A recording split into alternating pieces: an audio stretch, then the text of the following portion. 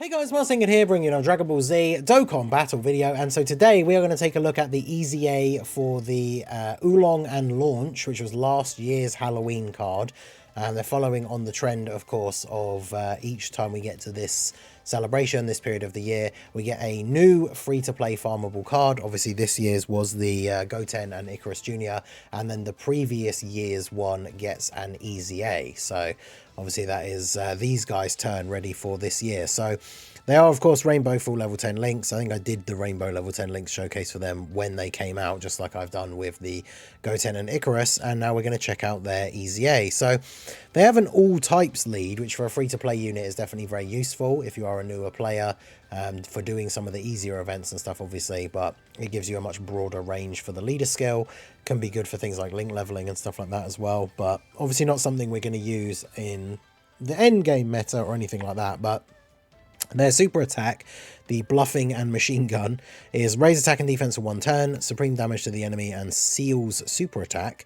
And then their passive is key +1, attack and defense 560%, which obviously seems like a lot, but they get attack and defense -40%, no more than 200%, and then chance to dodge 15% up to 75% with each turn passed. So basically they get weaker offensively and defensively each turn, but then they gain dodge chance. And they can't get any lower than the 200%, so they will still have attack and defense 360% start of turn, but they also build up to 75% chance to dodge, which is pretty good.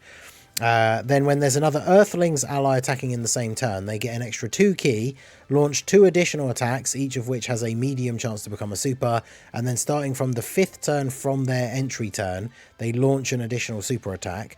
They get an additional 15% attack up to 75 with each super attack performed, plus an additional defense 15% up to 75 with each attack evaded. And then they recover HP with sweet treats, which obviously outside of certain events or using certain characters that create them, you're not really going to see very often. So start of turn 1, 382k defense with only the incredible adventure and guidance of the Dragon Balls. Bear in mind that we are also going to get Bulma's passive active as well, which is going to give them a pretty significant buff here as well. And then they are raising attack and defense on their super attack, so they have pretty good stats on turn 1. Obviously this was the issue with them when they first came out, is that they were doing relatively decent numbers, and then obviously they start to get weaker from that point onwards. So they do build up dodge chance, which is cool. I think the biggest issue with them on release, which is probably the same thing now, but we'll see as we go through here, is that once they do reach that point where they've got the -200% in total, if the numbers that they're doing aren't particularly good, then it kind of then ends up begging the question of like, well, why would you use them on the team in the first place, right? If they were a unit that were providing a ton of support, then it wouldn't necessarily matter that they get a bit weaker, but sort of, you know, back it up with that dodge, because they're providing something to the team regardless, right? But we went from a 5.5 to a 6.6, because remember, we're getting the 30% raise from their super attack effect, but we're also getting that part of their passive with the 15% extra with each super attack they perform. So they did two normals and 2 supers within the turn, which is pretty good. Obviously in the early turns, unless you've given them a load of dodge in the hidden potential, they're not going to be getting the dodges to start building up that defensive part of their passive.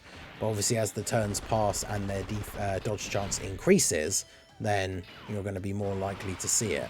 Now it should be, I assume, like the Golden Frieza and everything sort of effect, where it does apply on the turns that they're not on. God, this is such a bad rotation. Double Yamcha.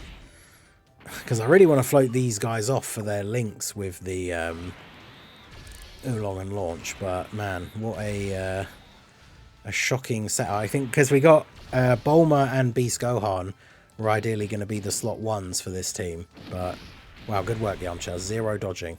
We love to see that. Alright, well, I guess we just jump back in, but it's a bit annoying. I mean, I could do a weaker event, I guess, because Yamcha is a pain. But it's one of those things we want to see. What these guys can do as their passive like starts to wear off and everything, right? Because we want to see them get some dodges in there, start to build up those numbers. Okay, they're on turn 1 at least. So we got Yamcha and Bulma. Bulma is an Earthlings ally that we can keep them on rotation with, and they share a couple of links with, so that's good. We can also get to see what they look like now here with the Bulma buff before, because obviously we had to pick up the orbs with Bulma. She was in slot 3 last time. Of course, Beast Gohan is in slot 7 though, and I want him to be the other rotation unit. So with the orbs picked up from Bulma, yeah, we're at 400k, and they get 30% with their super attack effect, and then obviously they're not getting any defense from their passive until they dodge attacks. Which mine, what is the build for mine? Because I did give them a bit of dodge. They've got 9 dodge and then mostly additional. Obviously they're not a unit that I had necessarily planned to use a lot, because free-to-play options, even free-to-play units that are kind of good, obviously you got to bear in mind the box that I have, you know, I don't often need to run free-to-play units unless they are really like top tier. So I didn't give these guys like super good skill orbs or anything. But if you were going to give them like a proper build, especially now that they're building up defense with each dodge, dodge chance is definitely going to be very good for them. A bit of additional is obviously very good because they have a good super attack effect. But they do have, as long as there's an Earthling ally on the rotation, they obviously have the chances to do a couple of additional attacks, which they'll always do the additional attacks. It's just whether or not they convert into supers. And of course, by doing a bunch of additional attacks, you increase the chances of proccing the hidden potential anyway. So we can see we get the extra one here. We get the crit as well, which is nice. Second one is a normal, and the hidden potential is a normal. So of course, we get the same first turn that we got last time with 2 supers and 2 normals. But then we tank all the normals to double digits. There's a dodge, so that comes from the level 9 dodge from their hidden potential. So that gives us a little bit more defense ready for the next turn. But obviously our overall number will be lower because we'll have lost 80%. This is what I was going to say on the previous thing before we got killed. Is it should work like the Golden Freezer thing, where it's every turn, including the ones that they're not on. So obviously that means that this turn they've lost 40%, but they're not actually on the rotation. And then they're going to come back on the next turn. It means they'll have lost 80%. Which is quite a lot, so we'll see the difference in the numbers. I thought we were going to get a deja vu from the last clip there with Yamcha not getting the dodges in slot 1, but fortunately Yamcha coming through. This is the only thing, unfortunately, their only 200% leader is Yamcha. So there's a couple of other teams that they obviously would fit on, but only with a 170 lead. And again, that kind of goes back to what I was saying at the very beginning, which is with them losing out on a bunch of their stats and then not providing support to the team, if they're on a 170 lead as well, which means their stats are going to be that bit lower as they start to decline, are they going to be a benefit or a hindrance essentially to the team? So I do want to keep Bulma here because obviously the Earthling ally.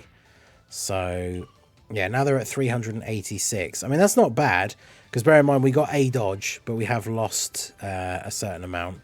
Although, to be fair, maybe it is only the turns that they're on, because if they'd lost 80% and then gained 15% from getting 1 dodge, but our defense is essentially almost the same as what it was on the first turn. So maybe it is, it says each turn passed. So that should mean even when they're not on the rotation. And yeah, we only got 1 dodge, so we got 15% extra defense. So yeah, I'm not sure, because 411 here in this scenario is still pretty decent. So let's do this. And then just grab those for Beast to get him floated off so he can be the slot 1 on the other rotation. Hopefully we can kill Pui Pui here so that we don't have to worry about Yamcha getting destroyed on the next turn. But I think we got 6 orbs for Bulma, didn't we? So she's not going to get the guaranteed additional super. Get the guard. Obviously she guards for the first few turns. 6.39. Now bear in mind that's gone up from the initial first super, because they'll have lost some stats, but then they have attacked a bunch from the previous turn. The stats only increase with supers though, so if they're getting additionals from their passive or the hidden potential like this, where they just do a bunch of normals, then that doesn't increase their attack, which is unfortunate. Of course, starting from the next turn, it will be the 5th turn from their entry turn. They start getting a guaranteed additional super. So, interesting build-up so far. Man, this guy... Come on, Yamcha. I need you to come in clutch here for me. Launch with the physical orbs here should be okay. We just need Yamcha to actually dodge, especially now. Yes, good. Whew. This guy. There's nothing more stressful than having a showcase that revolves around, like, someone having to be run on a leader skill for a unit that is a little bit outdated now, like Yamcha, where it's like he has to be on the team because he's the one giving the 200% lead to the unit. And then in situations like that, where it's like slot 1 super, if he doesn't dodge, then he's just dead.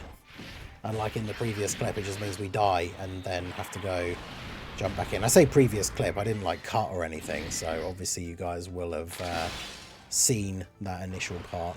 But yeah, very double Yamcha rotation is not really what we want. He's already supered though, so I think oh, he can be stunned as well. Okay, well there you go. Yamcha just got the stun. So fortunately, dodging that slot 1 super set us up for being fine for the rest of the turn. Very much want launch to get an additional super here, yeah, so we can actually kill this guy. Get the crit. Oh my god, you didn't kill him. Okay. Well, that's annoying because it means we, if we put these guys, I mean, if I put them in slot 1, they are building up dodge chance. As long as he doesn't immediately super, I guess that would be good. You can see they share 1 extra link with them, which is shattering the limit. But, so what is their defense here when we grab the orbs for Bulma? We're down to 357. I mean, they're not losing a huge amount with each turn, and obviously we should start to get more dodges now. Oh, of course, he's stunned. We should start to get more dodges now as their turns have passed. 6.2 still for the attack, which means we haven't really lost all that much from the very beginning, because remember, their additional super on turn 1 was 6.6, so they haven't gone down by like a ridiculous amount, which is good. Alright, but yeah, these guys, of course, these guys can't be stunned. Actually, can Deborah be stunned? No, but neither can Barbary, okay. So, I guess what we do then here is we just go ahead and use Beast's active skill, because then we don't have to worry about Yamcha getting us killed. So I suppose we can do this as well, so that this guy at least gets his few links active here. So, who do we want to take out? Probably Barbary, right, because he's got type advantage over... the Oolong and launch. I mean, Deborah hits harder in general, but obviously Barbary has type advantage. And then, of course, by putting Beast in the middle here, it means he also gets, like, all of these attacks. All 5 attacks here from Deborah are all going to be on Beast. Although, does Deborah stun? I can't remember now from the last time of doing this event. If he does, and he supers Beast Gohan, that'd be a little bit awkward. But realistically, we're just here to not die, so we can get back to the Oolong and launch turn, so... I suppose it doesn't matter too much if Beast does get stunned, but he didn't, so he can do some big damage here to Barbary. Almost a 13 mil. My Beast Gohan is only 55%. I only got the 1 copy of him during the anniversary, but obviously he will be returning. I mean, for Global, technically he returns on what would be the Tanabata banner. It comes out in like December usually. It'll have Beast Gohan, AGL Broly, and TEQ UI Goku. Broly and Gohan will be available with red coins. TEQ UI Goku will not until Saiyan Day, but yeah, definitely. I don't know if I'll summon on that banner, but I'll definitely pick up a dupe or 2 for Beast. I managed to get a couple of dupes for Broly, but yeah, we will definitely pick up a copy or 2 of Beast Gohan. So let's see. Now we are only up against Deborah here. We can go ahead and use the active skill, which gives these guys a pretty significant buff. Although, I would be a bit worried about Bulma actually killing him, to be fair. So I think I'll just do this and get the 5 orbs for her, so she's just getting the support. And these guys are still at around 377, so their defense overall hasn't really dropped off by a huge amount, considering the number of turns that have passed. And obviously seeing them with like a similar level of support and everything. Straight up Bulma with the dodges here. The full dodge build Bulma coming in clutch. Dodging the normal and the super in slot 1. You love to see that. And then these guys at 7 mil. See, they're now higher than they were on turn 1. after getting these initial like build ups. So if you could get really lucky and get like really good RNG with them in the first turn, where like they do their 4 attacks and they're all supers, on that first turn they could easily get up to like 8, 9, maybe 10 mil as well, which would be pretty crazy because they still have the full 560% stats and then getting 15% with each super. And then of course remember, now that we're at turn 5 onwards, they're getting a guaranteed additional super anyway, so here's another 8.4. So I mean, honestly, what I was saying at the beginning of like, are they actually worth running on the team? I mean, for a free-to-play unit, dropping like 3 7 to 8 million attack stat attacks in one turn, and then now that we're this many turns in, backing it up with basically like 75% chance to dodge, that's pretty good. And their post super defense after getting like, oh, Launch is going to get clapped here. Well, their defense after getting like 3 supers is going to be up around like 500-600k, which isn't a lot. They'll be able to tank most normals, but then they have the 75% dodge to try and keep them safe, which for a free-to-play unit I think is fine, right? Like, we're not expecting free-to-play units to go into these events and be tanking like the hardest hitting super attacks in the game. But honestly, their EZA is actually pretty decent. And then when we look at the teams that they're on, it's not a lot, right? Joined Forces, Earthbred Fighters, DB Saga and Earthlings. DB Saga, obviously recent buff with the Roshi release. We still need like really good Dragon Ball Saga like buffs, because Path to Power Kid Goku is a bit outdated now. Earthlings as a team has had some buffs but isn't really like a solid thing. And even Earthbred Fighters now, right? It's been a while since the Dokkan Fests for that category came out. But these guys overall are pretty decent for a little free-to-play unit. Even though it looks like on paper, you know, you see it and it's like, oh, they lose loads of stats, like they lose up to 200%. But actually the numbers that we saw were fairly consistent because they back it up by getting that build up by doing their super attacks and dodging, and then they kind of build it back up again to the similar sort of level. So they are actually relatively decent, I would say. So let me know what you guys think of Launch and Oolong down below in the comment section. The Goten and Icarus card was really good for this year, so I'm expecting good things for their EZA next year. I mean, these guys, you know, they don't last a year, right? Like, these guys weren't only just dropping off recently and now have their EZA to push them back in again. But yeah, the EZA is pretty solid, so can't really complain about that. Let me know what you guys think down below in the comment section. So that is going to be it for the video, guys. This has been the Masked Ningen. Smash that like button, subscribe to the channel if you are new. Check out the links down below, and I will see you all again soon. Have a good one.